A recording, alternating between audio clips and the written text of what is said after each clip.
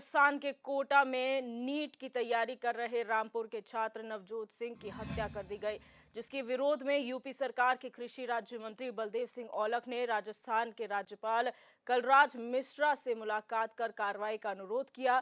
इस दौरान मंत्री के साथ नवजोत सिंह का परिवार था।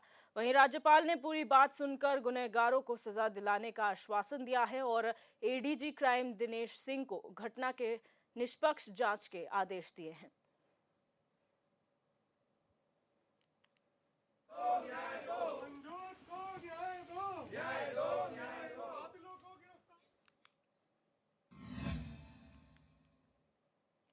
फहीम खान हमारे संवाददाता हमारे साथ ज्यादा जानकारी के लिए फोन लाइन पर जुड़ चुके हैं। फहीम, जानकारी चाहेंगे पूरे मामले के बारे में, कब की ये घटना है और क्या हुआ था?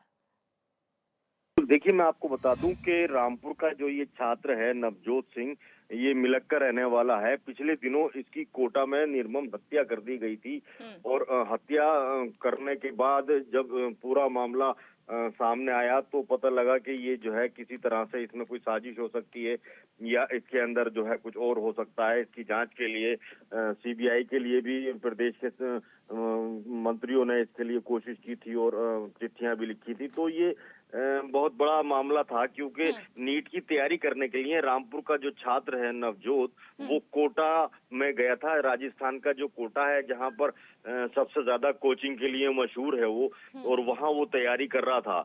तो वहां तैयारी के दौरान ही उसकी साथ ये हादसा हुआ, उसकी हत्या हो गई।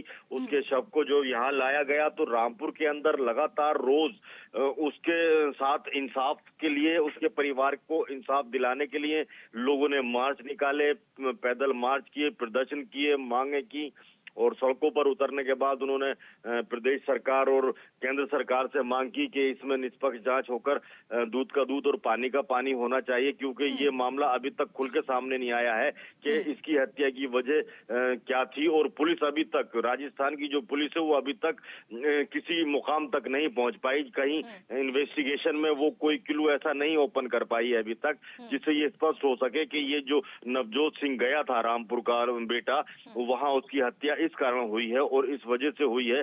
और अगर हत्या हुई है तो हत्या के आरोपी जो थे, हत्या आरोपी अभी तक पुलिस से पकड़ से बाहर क्यों हैं, उनको अभी तक गिरफ्तार करके उनको जेल तक क्यों नहीं पहुंचाया गया। ये बहुत सारे पहलू और बहुत सारे मामले जब यहाँ रामपुर के अंदर तूल पकड़ते दिखे तो रामपुर में प्रदेश सरकार के कृषि राज्य मंत्री बलदेव सिंह औलख ने इनके परिवार को साथ लेके राजस्थान के जो राज्यपाल हैं उनसे मुलाकात की, और मुलाकात करने के बाद परिवार के लिए इंसाफ की उनसे बात कही, इंसाफ की गुहार लगाई परिवार ने। और राज्य मंत्री ने जिस तरह से पूरे वाकये को राज्यपाल कलराज मिश्र को समझाया और बताया, तो उन्होंने इस पूरे मामले की गंभीरता को समझा और गंभीरता की समझते हुए उन्होंने वहां प्रदेश सरकार के जो आला अधिकारी थे उनसे संपर्क किया, और संपर्क करने के बाद इस पूरे घटनाक्रम को बता के पूरी जानकारी उन्होंने ली। और उसके बाद में जो एडीजे क्राइम दिनेश सिंह हैं उनको निष्पक्ष जांच के आदेश दिए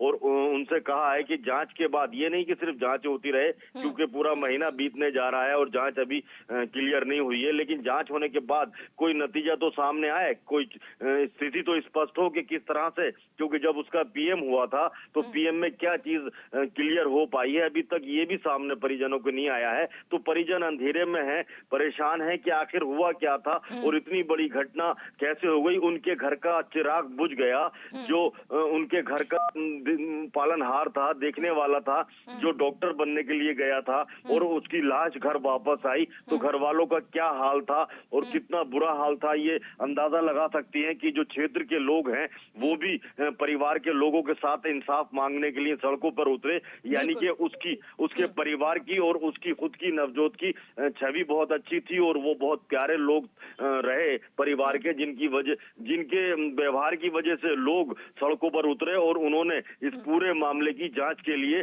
केंद्र सरकार से कहा और सीबीआई जांच कराने की मांग भी की। जी। फ़हीम, कोटा जो है वो एक हब है कोचिंग का, और यहाँ पर आए दिन हम देखते हैं कि बच्चे अंडर प्रेशर आके कभी वो अपनी माँ बाप की अपेक्षाओं पर खरा ना उतरने के डर से जो है आत्महत्या कर लेते हैं। कई बार इस तरीके की तस्वीरें देखी है। इस बार हत्या का मामला सामने आया है, काफी गंभीर विषय है।